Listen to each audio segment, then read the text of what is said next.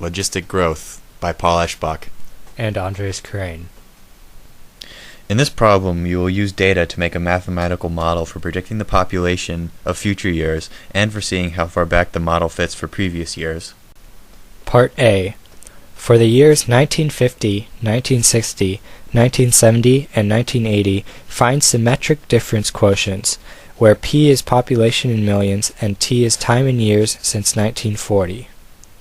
So basically, to do a symmetric difference quotient in this problem, we want to look at these specific years, and so we'll start with 1950. So you look at the population of 1960, because that's after 1950, and from that you subtract the population of 1940, so you get the difference in population, and then you divide by the time 1960 minus 1940, being 20 years.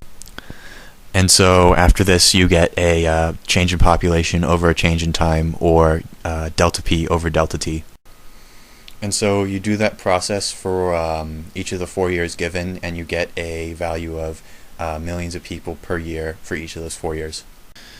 And of course, you can't do this for the years 1940 or 1990 because, like I said before, you have to have a before value and an after value, and those years either they don't have one or they don't have the other, so that's why.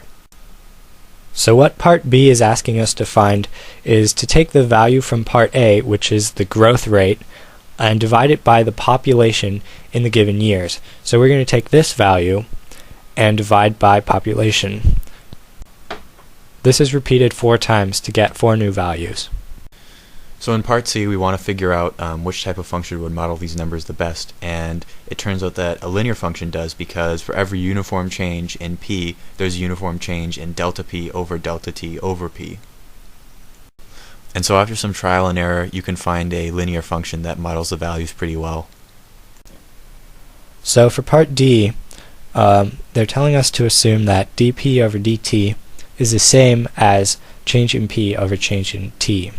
So what we do is we take our equation from Part C and we basically just exchange the change in P's for dt's and the change in T for dt.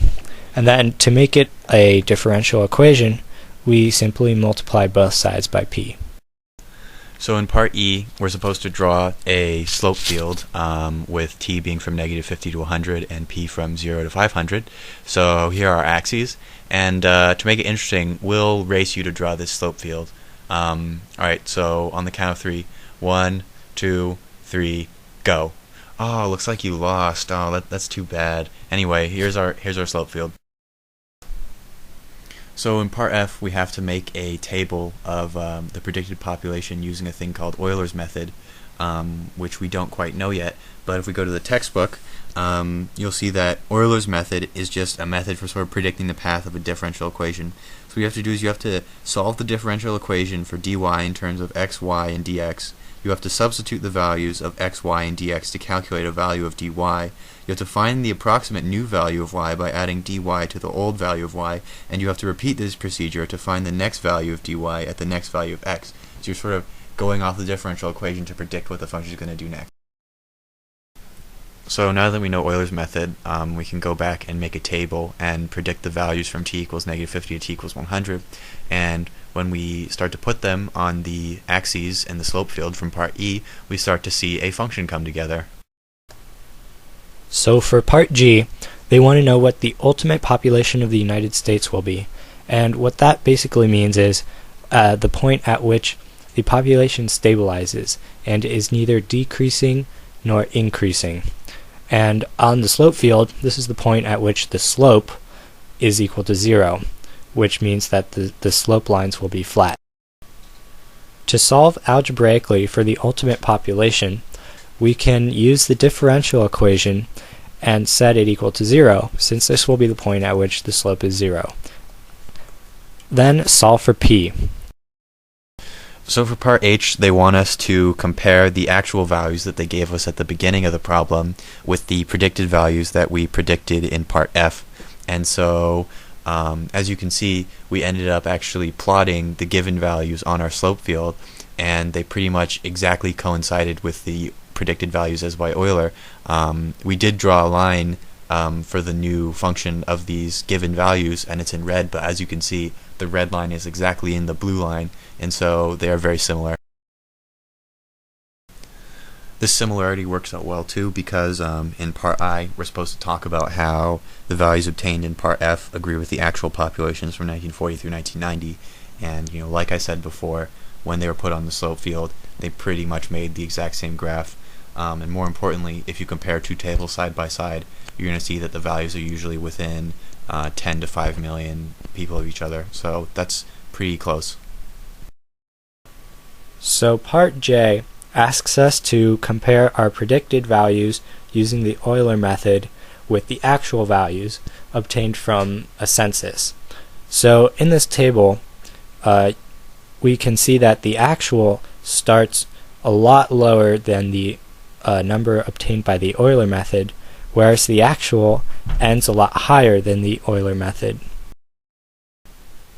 This could be due to the fact that the logistic function doesn't predict events in history like the gold rush or other similar events that drew large amounts of immigrants to the United States, which increased the population faster than the logistic function predicts.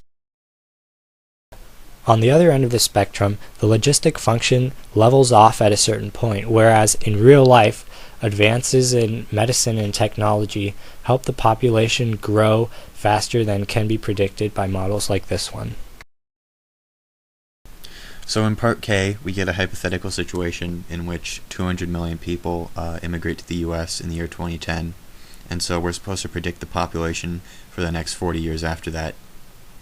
So basically we have to go back to our slope field and our differential equation, and if you add 200 million people to the value of 2010 and you use Euler's method again to start predicting the future numbers, you'll start to see that over time the population is going to be decreasing instead of increasing. And the reason for that is, if you look at the slope field, the value at 2010 is already pretty close to that flat line, and if you increase it by 200 million, it's way above the flat line, and so now the population has to come back down to meet the sort of flatter peak population. Yakko? Yes, Miss Flamille? I want you to multiply 47 times 83. 7 times 3 is 21, which, as you know, is just 2 tens plus 1, and so we put the 1 right here, and we carry the 2 1 left to the top of the tens place right next door, and we put it on top of the number 4, which is really 4 tens that we multiply, times 3 in the ones place, and that's why we now have 12, which we add to the 2 that we carry to get 14. See how easy that was?